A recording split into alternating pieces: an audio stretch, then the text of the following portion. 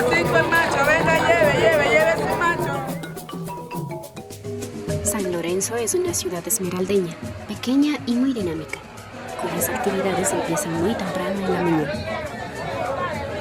A las 6 de la mañana de cada sábado, la Feria de Mariscos de San Lorenzo se instala en una de las calles de la ciudad. Estos mariscos han sido traídos hasta aquí de los manglares cercanos, como de Tambillo y de mar abierto, recolectados esta misma mañana.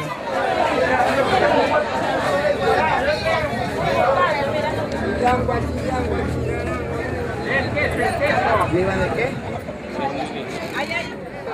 A cinco el macho, venga, lleve su macho. A cinco.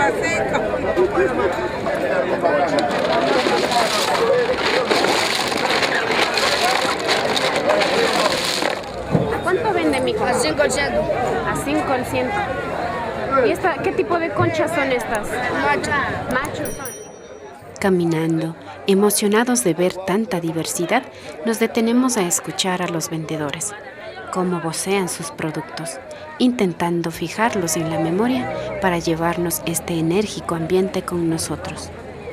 ¡Cangrejo!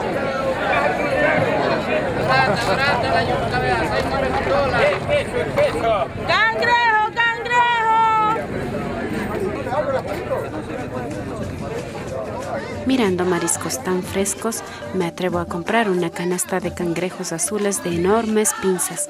Los esmeraldeños dicen que son más ricos que los rojos. Más bien dicho, los rojos no los comen. A ver si estos aguantan el viaje de regreso a Otavalo. ¿Quieres saber más?